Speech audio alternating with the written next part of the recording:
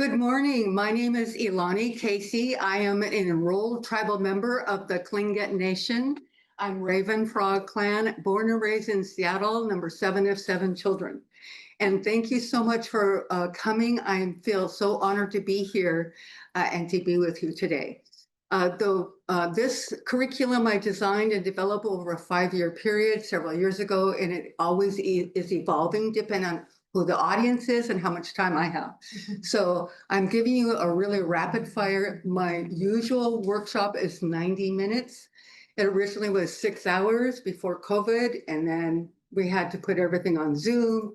And I just had to do what I thought was bare bones, and now this is really bare bones. But now, when you signed up, did you all receive the Equity resource list? Okay, good, then I'll. If not, we have copies. And I'm the Community Engagement Specialist with King County Department of Natural Resources and Parks in Willard, Water and Land, and Stormwater Services section in water quality. My expertise is actually working with the community. So okay, let's go to the next slide. So I'm going to do a very brief land acknowledgement. The reason I do this is I actually helped create this one in particular. There was a group of, I've been on multiple committees, including with Healthier Here with an entire Native American program. And we created this over a 6-month period. So I wanted to share this with you. So every community owes its existence and vitality to generations from around the world who contributed their resilience and energy to making the history that led to this moment here today. We recognize the people who were marginalized but refused to be non-existent. Some were brought here against their will. Some were drawn to leave their distant homes in hope of a better life. And some have lived on this land for more generations than can be counted. Please take a moment to consider the many legacies of violence, displacement, migration, and settlement that bring us together here today. Truth and acknowledgement are critical to building mutual respect and connection across all barriers of heritage and difference. We begin this effort to acknowledge what has been buried by honoring the truth. We want to especially respectfully acknowledge the Coast Salish peoples whose ancestors and descendants have stewarded this land and water since time immemorial. We have to acknowledge and offer our deep gratitude to the Duwamish peoples, Muckleshoot, Snoqualmie, Suquamish, Tulalip, and all the Salish people here within this region, whose land and water supports us. And without their stewardship of the land and their blessings, we would not be here today with beautiful, clean, pristine water. Today, take a moment to pay respects to their elders, past and present. We must first start the acknowledgement of the unceded land and water, which provides an opening of the Building Bridges Between Cultures workshop. And Gonishchish is a Tlingit word that means thank you. So let's see if we can hear you say Gonishchish. It's sort of like gonna have cheese. So this is a brief workshop agenda. We'll do the workshop goals. We have group agreements, the cycle of systematic oppression and how that impacts all of our work, the definitions of systematic oppression. We have the invasion of America, if the slide deck will work. It's a very powerful silent slide, but sometimes it doesn't move forward. But it shows you 1.5 billion acres that have been stolen over the years. We have the Washington State Tribes and Treaties, American Indian Historical Timeline and Map. And then we have Indigenous values versus Eurocentric values. And then how to be an ally to Indigenous people and equity resources in a brief Q&A. And so today our workshop goals are to understand and acknowledge the unique history and experience of Indigenous peoples, Native Americans, Alaska Native, American Indians, and to learn the importance of treaties, to learn about becoming an ally to Natives, Indigenous peoples. And so I like to start with a systematic cycle of oppression. because if you look at the upper left-hand corner where a systematic mistreatment of targeted groups, that's often where I start because that's what we've been taught. And then it moves across the circle to the justification for further mistreatment. And that has to do with how we oppress others. And then the institutions perpetuate it and enforce it. And then the internalized dominance, that's where those that are from the dominant population feel superior, often unconsciously, to the target group. The internalized oppression is where we actually believe the misinformation about our own group. And then society accepts it or approves or legitimizes it or normalizes it. And then the misinformation is generated, including no information. So most all of our history has been wiped out from the history books, but I have been an avid history researcher since I was like 7 years old. So I became my history teacher's TA. I mean, I'm really into history. So every time I would find really good information, I would keep it and then design it for, in the curriculum. So I'll go over a couple of these per page because we only have so much time. So an ally is a member of the agent social group who takes a stand against social injustice directed at target groups. They make a commitment and effort to recognize their privilege and works in solidarity with oppressed groups in the struggle for justice. They understand that it is their responsibility to end all forms of oppression.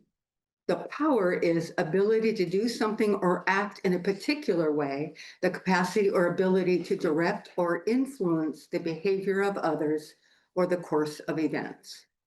So the systemic or institutional power are ways that a dominant force, the mainstream or the majority, builds oppressive policies into systems and institutions. And oppression is prejudice plus the systemic institutional power, where the systemic targeting or marginalization of one social group by a more powerful group for social, economic, and political benefit. So oppression can manifest through racism, classism, sexism, heterosexism, and only the dominant group can be oppressive because they're the only group that have the institutional power. Just briefly, racism is prejudice, discrimination directed against someone of a different race based on the belief that one's own race is superior. So it's race, prejudice, plus systemic power equals racism. Privilege is also systemic power, unearned benefits bestowed upon mainstream or dominant groups at the expense of others. And there is quite a difference between equality and equity. Equality is a measure of sameness, and equity is a measure of fair treatment, opportunities, and outcomes across race, gender, class, and other dynamics. And the distinction is important because even though we want to be fair, and we want everyone to be treated the same or equal. However, we need to recognize the legacy of institutionalized and structural racism, that we understand that differing people and communities need different resources, which is equity. And so there's also explicit and implicit bias. Implicit is consciously rejects prejudice and stereotypes and supports anti-discrimination efforts, but also holds negative associations unconsciously. And explicit is consciously accepts prejudice in favor of or against one group compared with another, usually in a way considered to be unfair. And then I like to share these definitions so that we all are clear on what these mean. So race is actually a theory of species classification of human beings that assigns human worth and social status using skin color and other visible characteristics for the purpose of establishing and maintaining privilege and power. And remember, race is a social and political construct. Racism, though, is not a construct, it's a very real. So the racial disparities are differences in measurable society outcomes based on race. These disparities are rooted in unfairness and injustice and are perpetuated by policies and practices with racial bias, implicit or explicit. As you know, we can identify often the unfairness by zip code even. The settler colonialism is an ongoing system of power that perpetuates the genocide and regression of indigenous peoples and cultures, normalizing the continuous settler occupation, exploiting lands and resources to which indigenous peoples have genealogical relationships. For example, my father's land, we are still considered landless because first the Protestants came and then gold was discovered in Alaska in our small village, which we still don't have our land back. So structural racism is the history and current reality of institutional racism across all institutions. And this combines to create a system that negatively impacts communities of color. The target groups are social identity groups that are disenfranchised, targeted, and or exploited. White fragility is a state in which even a minimum amount of racial stress becomes intolerable, triggering a range of defensive moves. These moves often include the outward display of emotions such as anger, fear, guilt, and behavior such as argumentation, silence, and leaving the stress-inducing situation. And that happened to me during a Teams meeting 2 days ago. So they felt uncomfortable about me sharing my story about what really happened to me and my people. And there was sort of an off-putting comment about, oh, now I need to go to EAP. So, that's part of the white fragility. Now, this is important. The doctrine of discovery is very important because this is what the original 15th century papal bulls that were issued by the Vatican and implemented by the monarchies, sanctioning the brutal conquest and colonization of non-Christians who were deemed enemies of Christ. It happened in Africa and in the Americas. These papal bulls were a continuation of what had been going on since at least the 8th century, from Charlemagne through the Crusades, the Inquisition, the War on Witches, to the Reconquista of Iberian Peninsula in 1823. So the doctrine of discovery was first articulated as a legal formulation in the United States Supreme Court. So that's the Johnson versus McIntosh in 1823. And so the case fundamentally defines international property law. It continues to be used today by multinational corporations and nation states in their extraction of resources in indigenous territories around the world. And it's still happening today. And then also I cite the an additional doctrine governs United States and international law today and has been cited as recently as 2005 in the decision called City of Sherrill versus Oneida Indian Nation of New York. And I'm sorry I have to go through so fast because we only have 30 minutes. This is the what Pope Alexander VI issued a papal or decree in which he authorizes Spain and Portugal to colonize the Americas and its native peoples as subjects. So the decree asserts the rights of Spain and Portugal to colonize, convert, and enslave. And I share this because 5 million Native Americans were enslaved during that time. And I cite the source as well. This is the film that it may not work, but this shows you the invasion of America from 1776 to 1887, where the US seized over 1.5 billion acres between those years. And then that's the link to the silent video.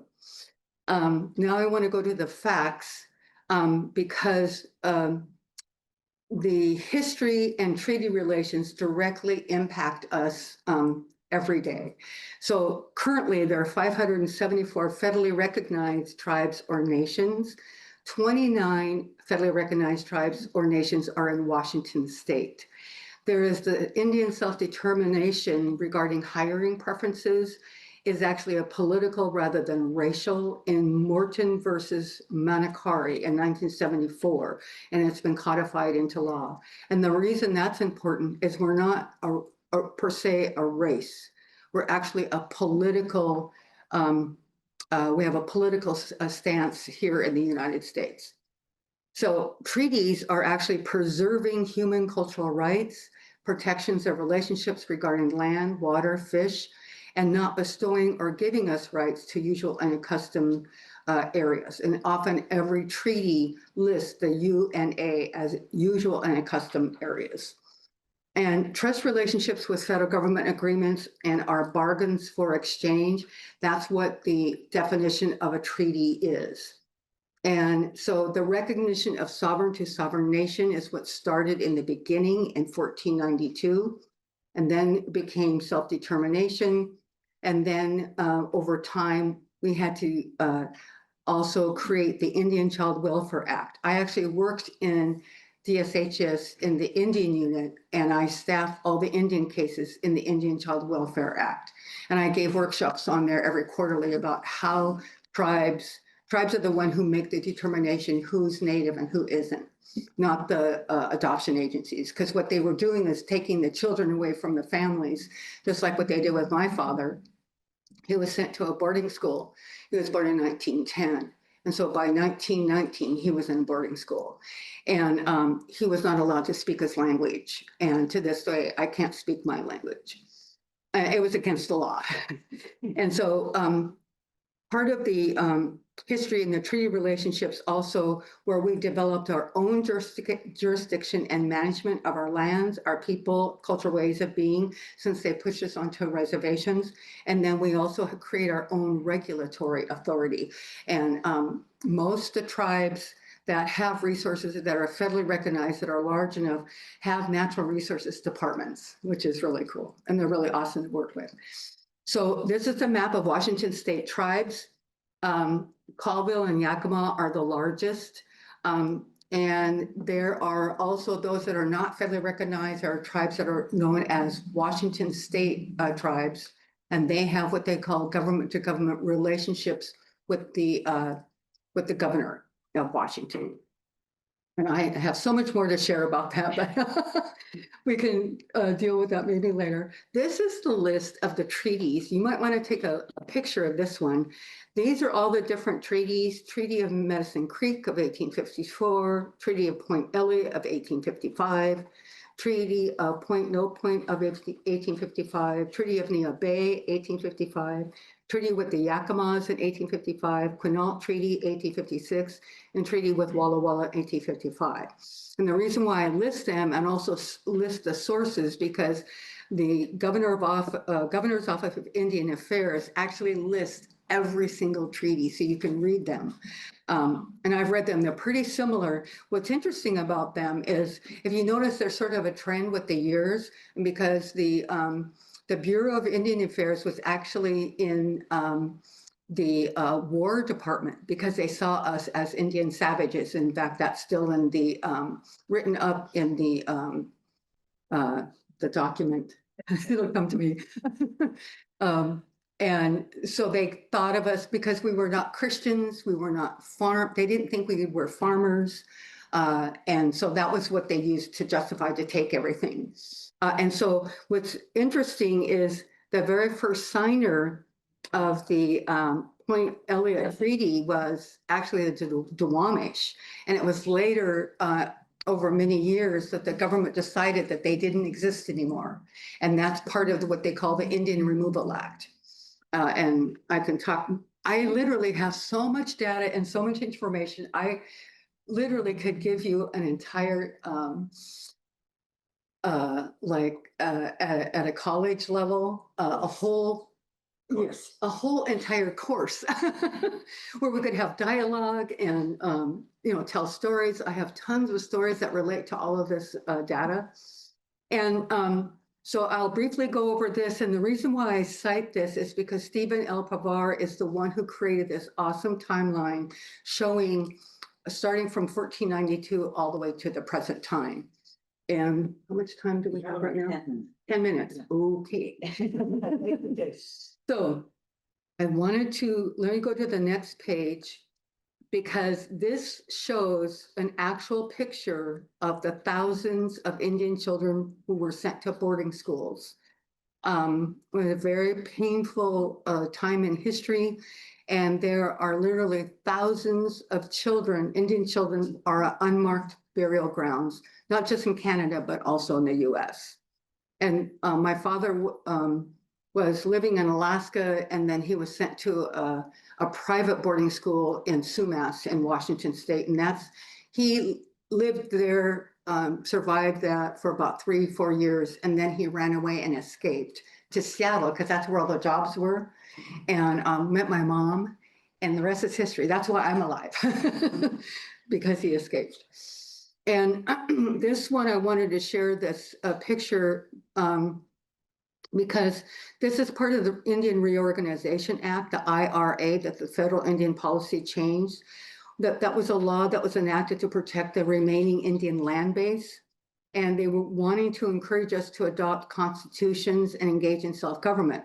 What was interesting, though, is we had already been doing that for over 20,000 years. So they wanted us to have a constitution that looked like theirs, right? So the IRA has been criticized as paternalistic, ethnocentric, and insufficient. This particular one I wanted to share because it is quite heartbreaking. George Gillette was the tribal chairman. He was forced to sign the treaty where he lost 154,000 acres for a dam. And after decades-long quest, the Mandan, Hidatsa, and Arikara Nation is finally reclaiming a piece of its homeland back. So in the 1940s and 50s, the federal government flooded 156,000 acres of the tribe's reservation in North Dakota. That was more than 300 families. More than 80% of the membership at the time were forced out of their homes to make way for the Garrison Dam on the Missouri River. The upheaval contributed to language and cultural loss, as well as a decline in health because the community hospital was closed and wasn't replaced until 2011. We will sign this contract with a heavy heart, said George Gillette, the tribe's chairman, said at an emotional ceremony in 1948 in Washington, D.C., where he can be seen crying in a photo published by the Associated Press. Quote, with a few scratches of the pen, we will sell the best part of our reservation. Right now, the future doesn't look too good to us. Moving on, there was also a whole termination period from 1953 to 1968. And so the goals were to abandon federal policy changes again, and they wanted to terminate the trust relationship with Indian tribes. That became the new policy. And as you notice, because of the politics, whoever was in office, it kept changing, right? Like what's happening today. So the goal was to force us to assimilate, kill the Indian. So the federal benefits and support services were eliminated, even though many had signed, and much land is unceded. And so 1953 Public Law 280 gave 6 states criminal jurisdiction over Indian reservations. So we didn't even have jurisdiction over our own lands. In 1956, the relocation program offered job training and housing assistance to Indians who would leave the reservation for urban areas. And I can tell you that we experienced that in Seattle, where I'm from. They would show up on the train or the bus station. They were given $20 and a train ticket or a bus ticket, and that's it. There was no training, there was no housing, and they had to figure out where, and most of the people at the time did not really speak English. English was their second language, because all these nations and all these treaties that were signed were all in English. And all the tribes at the time, there were over 100 million of us, and they all had their own language. And so that's how all the Native programs were created in Seattle, is the Indian grandmas and the aunties would go to the bus station and train station and say, hey, come with me. We have a place for you.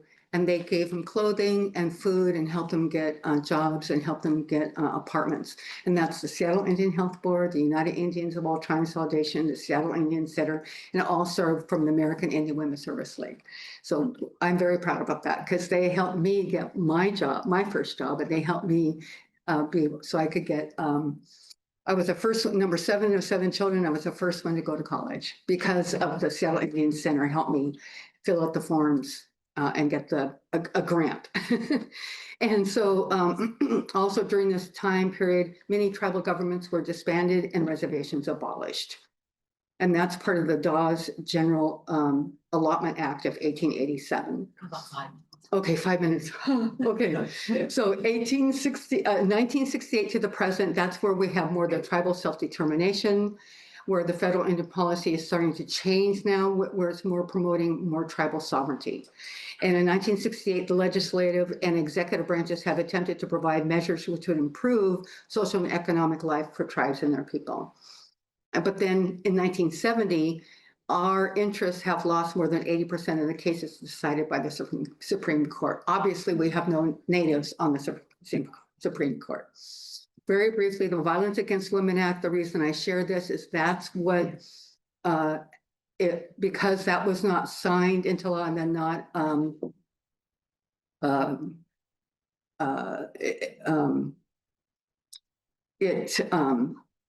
it contributed to the murder of missing Indigenous women because Native women on their own reservation don't have any rights.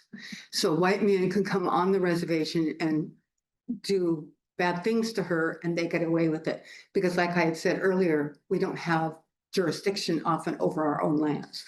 So this was passed into law, but then when a certain person got into office, he refused to honor it. And for some reason, it's on we have to renew it, and it has not been renewed.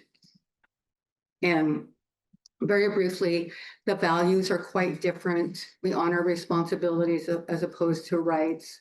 We focus on our group community as opposed to individuals. All of our relations, like the tree nation, the grass nation, the fish nation, the water nation, insect nation, they are all our relatives.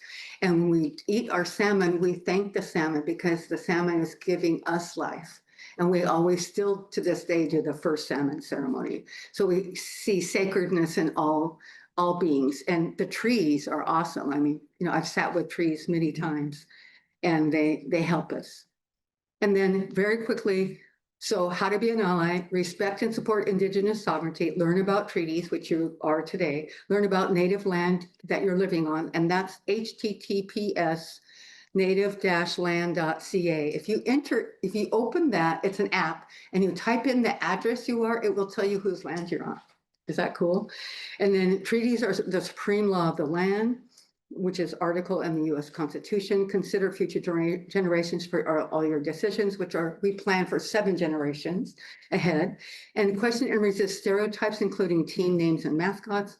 Learn more and reject the doctrine of discovery. Slow down, listen more than you talk, which I wish I could do today. And work to end global warming, support renewable energy, stop hydrofracking, dirty coal and uranium mining, and do not co-opt native cultures or ceremonies, and return sacred objects, celebrate People's Day on Monday in October, the second Monday of each October, learn about Indigenous peoples and their land, read Native authors, appreciate the diversity of nations, tribes, cultures, and people. And that picture, I was at that event, we were honoring the celebration of takeover of Alcatraz. And that was about 3 years ago. So I'm so sorry I had to go so quickly. And we're going to look at the chat to see if we have questions. One other thing, I have 2 announcements. I am giving a 60-minute version of this workshop on Saturday, August 2nd, for the Teamsters number 117 Women's Conference, which you can attend. I'm one of 3 presenters for that day. And then the Storm, STORM, they've invited me to give my full 90-minute workshop July 1st. So thank you.